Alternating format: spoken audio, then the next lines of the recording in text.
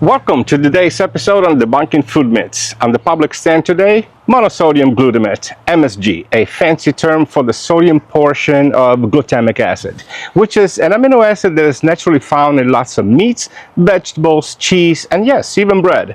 It is obtained by fermentation of natural sugars by beneficial bacteria, where the resulting glutamic acid is then neutralized with particles of sodium to form those monosodium glutamate crystals you hate so much.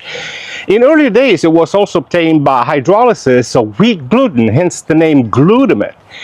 Now, you having tomatoes in the salad? You are eating MSG. Are you cooking those tomatoes for 8 and plus hours like Nona taught you for rich and flavorful sauce? That's because you're concentrating the MSG in the tomatoes.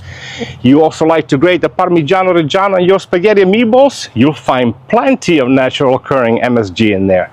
Even in culinary school, we are taught to always season with salt as close to the end of the cooking process as possible. Why?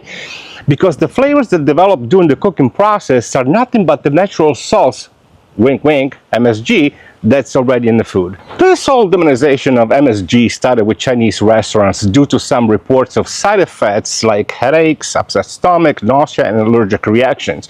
A newspaper published an article claiming MSG as the culprit, and that led to widespread hysteria and the creation of a food myth. Not surprisingly, the highest concentration of monosodium glutamate can be naturally found in foods like soy sauce, oyster sauce, fish sauce, seaweed.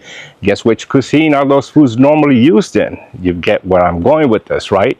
Now, don't get me wrong. I'm not saying that MSG should be ingested by the spoonfuls as part of your daily vitamin supplements. And it's also true that some people may be more sensitive to it than others. But it also contains about 30 to 40% less sodium than regular salt. And therefore, yes, it can be used as part of a healthy diet. And as with all things, moderation.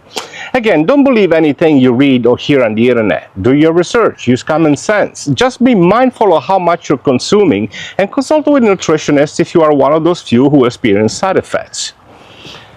It's hot out. I'm breaking in sweats. Oh, did you know that sweat contains MSG that's naturally produced by our bodies?